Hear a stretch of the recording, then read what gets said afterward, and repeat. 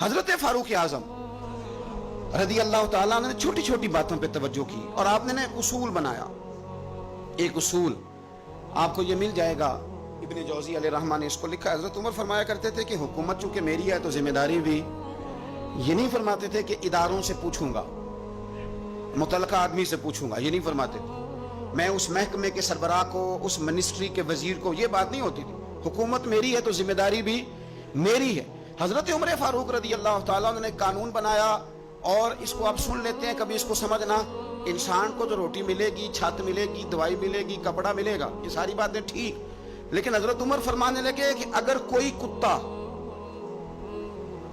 بغیر پانی پیے مر گیا فرات کے کنارے صحرا میں, یعنی اس تک پانی نہیں پہنچا, انسان کی بات نہیں.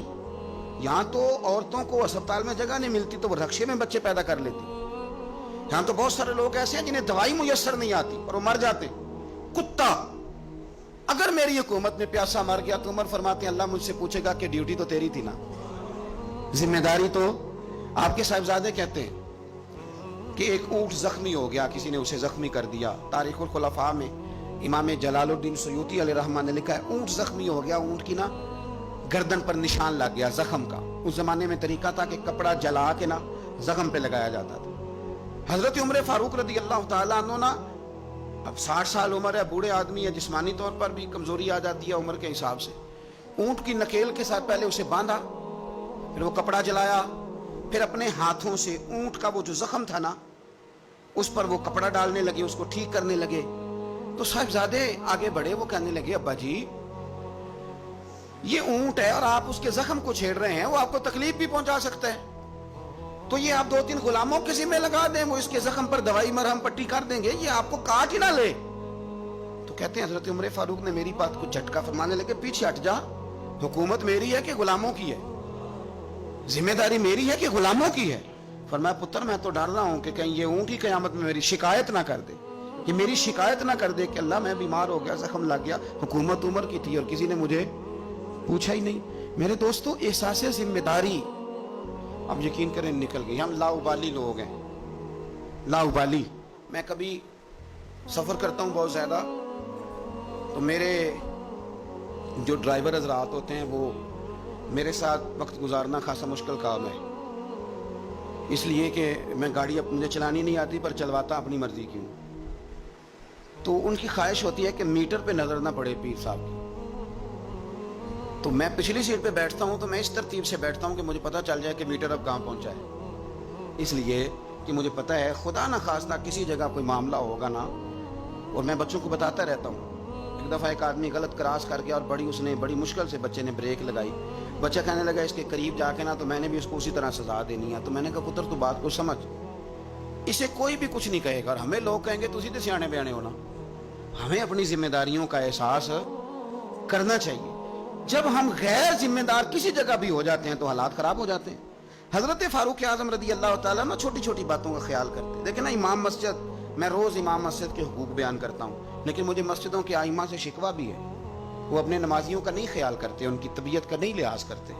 ہم اگر تھوڑا سا لحاظ کریں ائمہ مساجد نمازیوں کا, نبی پاک علیہ السلام نے فرمایا کہ میرا دل کرتا ہے میں لمبی نماز پڑھاؤں, لیکن پھر مجھے خیال آتا ہے کہ پیچھے بوڑھے بھی ہیں, بیمار بھی ہیں, بچے بھی ہیں. میرا دل کرتا ہے لیکن میں لوگوں کی تکلیف کو دیکھتے ہوئے نماز مختصر پڑھاتا ہوں.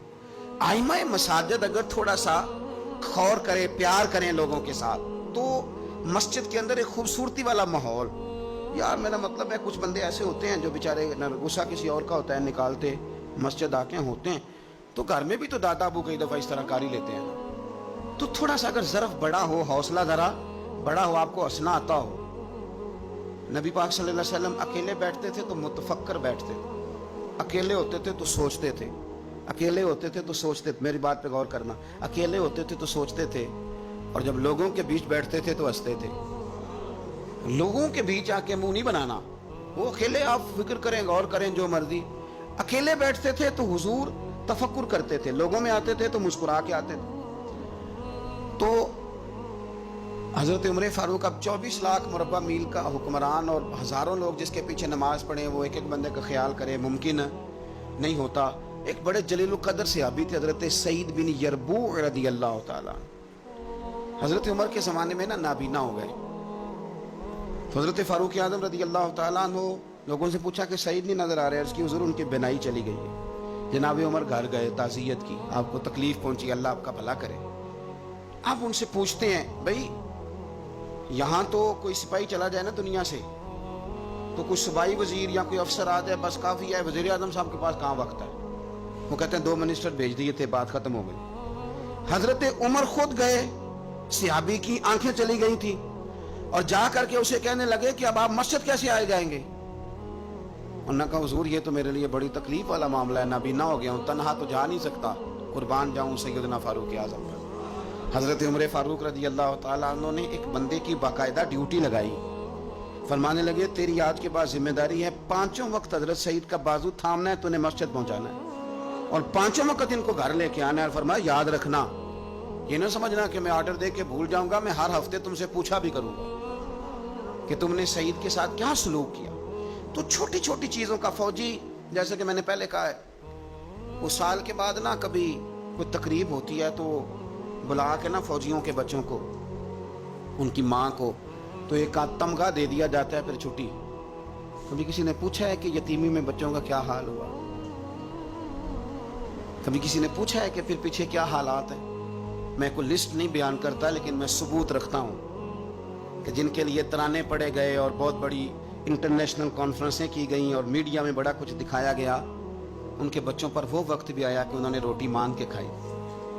یہ فوٹو سیشن کرانا آسان کام ہے, لیکن ان کا خیال رکھنا یہ مشکل کام ہے. مشکل کام ہے. بھیج دیا کسی کو وزیر کو, جا چیک دیا جا کے شہید کی بیوہ کو, وہ فلاں آدمی پولیس میں شہید ہو گیا, تو وہ بیوہ بعد میں بتا رہی ہے کہ وہ چیک میں نے 5 دفعہ بینک بھیجا ہے, وہ کیش ہی نہیں ہوتا.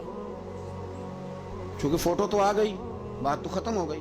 اور آپ کے ملک میں اس طرح بھی ہوا کہ ایک شہید کے لیے سیمینار ہوا, بہت بڑا تمغہ دیا گیا, اس کی والدہ کو بلایا گیا, اور جب تک تو کیمرے چل رہے تھے تو تب تک تو اس کو بڑا اعزاز تھا, ترانہ بھی بج رہا تھا, بندے آنسو بھی بہا رہے تھے. اور جب ختم ہو گیا سارا کچھ تو پھر اس کی ماں کو نا ایک کونے میں زمین پہ بٹھا کے, ویڈیو آ گئی اس کی, وہ زمین پہ بٹھا کے نا دور اس کی ماں کو, جس کا بیٹا ملت پر, قوم پر, مذہب پر قربان ہوا, اس کو زمین پہ بٹھا کے, تو اس کے ہاتھ میں روٹی پکڑائی گئی اور چھوٹے سے ایک برتن میں سالن ڈال کے اس کے آگے رکھا گیا. تو وہ دیہاتی عورت, سب لوگ موج سے کھانا کھا رہے ہیں, جو مہمان خصوصی ہیں روٹی کھا رہے ہیں, جو تمغے دینے آئے, اور جو لینے آئی ہیں اس کو وہاں بٹھا دیا. پھر وہ کسی نے ویڈیو بنا کے جب نیٹ پہ ڈال دی تو پھر کہا گیا کہ ہم نے نوٹس لے لیا ہے. وہ پتہ نہیں کس بلا کا نام ہے, ہم نے نوٹس لے لیا ہے. وہ کیا ہوتا ہے میں تو نہیں پتا, آج تک اس کا کوئی نتیجہ نکلا ہو. کیا نوٹس لیا, کیا بات آئی سامنے, کچھ بھی نہیں. وہ جی پتہ کر رہے ہیں, وہ 2-4 بندوں کی کمیٹی بنا دی ہے, وہ کمیٹی خیال کرے گی. کیا صاحب آپ بات کرتے ہیں. آؤ میں آپ کو نبی پاک علیہ وسلم کے شاندار غلام کی بات بتاؤں. صحیح بخاری میں حدیث, صحابہ کہتے ہیں حضرت عمر فاروق رضی اللہ تعالیٰ عنہ کے پاس ایک خاتون روتی ہوئی آئی, کہنے لگی خامد میرا شہید ہو گیا اور 4-5 بیٹیاں چھوڑ گیا, تو گھر میں تو بکری کا کھور بھی نہیں, کوئی چیز نہیں کھانے پینے کے لیے. فاروق اعظم رضی اللہ تعالیٰ عنہ نے کمیٹی نہیں بنائی, چیک نہیں دیا, وہ ایک اچھا سا اور ایک خوبصورت سے پیکج کا اعلان نہیں فرمایا, بلکہ فاروق اعظم نے ایک اچھا تازہ تگڑا اونٹ مال غنیمت کے اونٹوں میں سے لیا, اور 2 بوریاں اپنے ہاتھوں سے اچھے راشن کی بھری, اس کے اندر ڈھیر سارے نگد پیسے بوریوں میں ڈالے, اور وہ دونوں بوریاں اونٹ کے اوپر اپنے ہاتھوں سے, بخاری پڑھ رہا ہوں, ان کی رسیاں باندھی. پھر اس عورت کے ہاتھ وہ لگام تھمائی اور اسے کہا پتر میں نے تجھے اتنا مال دے دیا ہے کہ جب تک یہ ختم ہوگا نا انشاءاللہ تب تک تیرے حالات بھی اللہ بدل دے گا, تیرے دن بدل جائیں گے جب تک یہ ختم ہوگا. وہ خاتون جانے لگی تو آپ فرمانے لگے بیٹا اونٹ نہیں واپس بھیجنا, یہ بھی تیرا ہی ہے, دے دیا تجھے. اب چلے گئی وہ خاتون. تو صحابہ کہتے ہیں ہم نے پوچھا کہ جناب آپ تو بڑے کفایت شعار ہیں, آپ تو بڑی بانٹ کے چیزیں دیتے ہیں, تو آپ نے اس بچی کو اتنا کچھ دے دیا اور بیک وقت دے دیا اور واقعی بہت زیادہ دے دیا اور نقدی پیسے بھی دے دیے. حضرت عمر فرمانے لگے تم نہیں نہ جانتے, میں جانتا ہوں. یہ میرے نبی پاک کے صحابی حضرت خفاف بن ایمار رضی اللہ تعالیٰ عنہ کی صاحبزادی ہے, اور میں نے حدیبیہ کے مقام کے اس کے باپ کو حضور کی خدمت کرتے دیکھا ہے. میں نے انہیں جنگیں لڑتے دیکھا ہے، اس کے باپ کو، اس کے بھائی کو. فرمایا وہ تو بچی آئی ہے تو میں تمہیں کیا بتاؤں، مجھے تو تکلیف شروع ہو گئی ہے کہ اسے آنا کیوں پڑا ہے. خدا کے برکے میں کیوں خدمت نہیں کر سکا، اسے آنا کیوں پڑا. عزیز دوستو یاد رکھنا، اصلہ نال جے نیکی کریے تے نسلاں تاک.